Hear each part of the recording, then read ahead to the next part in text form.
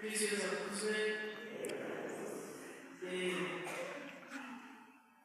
urumuri kuko ugiye kubona cyane cyane abo mu makorali